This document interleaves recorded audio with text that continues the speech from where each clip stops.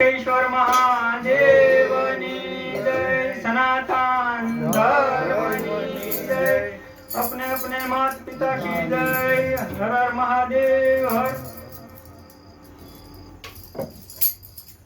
મહેમાનો ને માન દલ ભરીને દીધા નહીં, ઈ તો હાસુ સોરઠિયો ભણે પણ આજ બુધેલથી આવેલા અમારે બાપભાઈ અને મારા કાકાના ભાણુભા બધા આજે એનું મંડળ આજે આનંદ કરવા શનિવારે ની અંદર આવ્યું છે। પણ માના શબ્દથી આપણે શરૂઆત કરીએ કે માથી મોટું કોઈ નહીં, જળધર કે જગદીશ। ઈ માં પછી ભલે જગદંબા હોય તોય ભલે અને જનેતા હોય તોય ભલે, પણ માં વિશે કવિઓએ ઘણું બધું લખ્યું છે।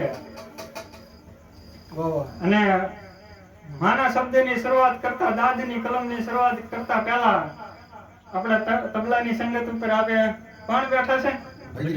ભગીરથ બાપુ, એનું પણ હૃદયથી સ્વાગત કરીએ। પેટી ઉપર અમારા પ્રવીણ બાપુ બેઠા છે, એનું પણ સ્વાગત કરીએ। મંજીરા ઉપર અમારા જગુ ભાવ માણીગર અને મુનાભાઈ તબલશી। પણ કવિ દાદની શરૂઆત કરતા પહેલા કવિએ મા વિશે ઘણું લખ્યું છે કે કાગળ અને પેન લઈને કવિ લખવા બેસી જાય તો કાગળ ઘટે પણ એની કલમ પણ ઘટે નહીં। પણ બે શબ્દ દાદની વાણીને આપણે સાંભળી અને પછી કિશોરભાઈ બારૈયા આપણા વિડીયો ઓપરેટર અને લાઈવ પ્રસારણ કરે છે આ બધાનું, અને એની દીકરી આપણે બધું થોડુંક આનંદ કરીએ છીએ। એને ખોટું લાગે ત્યારે કવિ દાદના શબ્દની શરૂઆત કરીએ કે જેના તબલાના તાલથી, સુરથી જે તબલું નાચવા માંડે એવી સંગત આપે છે ભગીરથ બાપુ।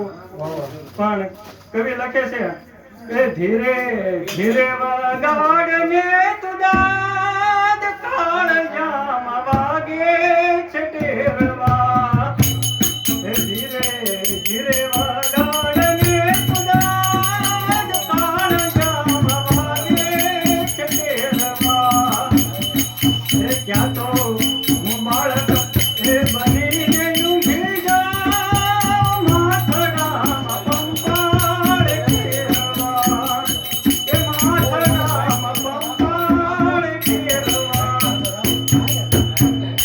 ઈ માં જ્યારે બાળક નાનું હોય અને ખોળામાં માં બેઠે અને ઈ આપણને એમ કે અરે મારા ગગા, ઈ કે ઘડી કાંઈ આવીએ ખોળામાં, અને આપણને ખોળામાં લઈ અને માથામાં હાથ ફેરવે ને ત્યાં બાળકનો પણ થાક ઉતરી જાય અને એને પણ અંદરથી આનંદ મળી જતો હોય છે આ માં। અને એટલે કહીએ, એટલે ભગત બાપુ લખે છે કે મોઢે બોલું માં હાસે નાનપણ સાંભળે, પણ મોટપ તણી બધી મજા મને કડવી લાગે કાગડા।